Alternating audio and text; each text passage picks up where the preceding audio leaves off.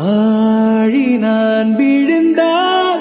இன்னொரு அழகான பாடல்ல எல்லா வரிகளுமே அற்புதமா இருக்கும். ஆழி நான் விழுந்தால் வானில் நீ எழுந்தாய். ஆழிங்கிறது என்னவா இருக்கும்? கடல். இதே ஏஆர் ரஹ்மான் வைரமுத்து காம்பினேஷன்ல வண்ணங்களை பத்தின அழகான ஒரு பாடல்.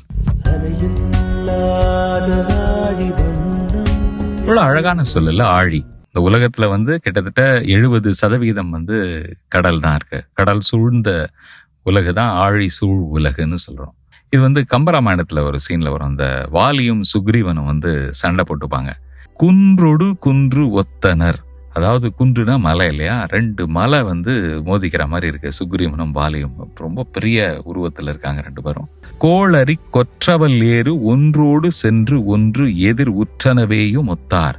2 பெரிய சிங்கம் ஒன்னோட ஒண்ணு மோதிக்கிற மாதிரி இருக்கான். நின்றார் திரிந்தார் நெடுஞ்சாரி நிலம் திரிந்த வன் தோள் குயவன் திரி மட்கலத்து ஆழி என்ன.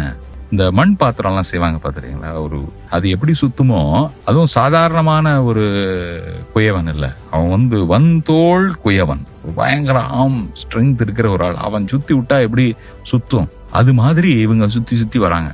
மட்கலத்து ஆழி என்ன அப்படிங்கிற இடத்துல வர ஆழிக்கு பொருள் என்னங்கிறது தான் இன்னைக்கு சொல்லவாவோட கேள்வி.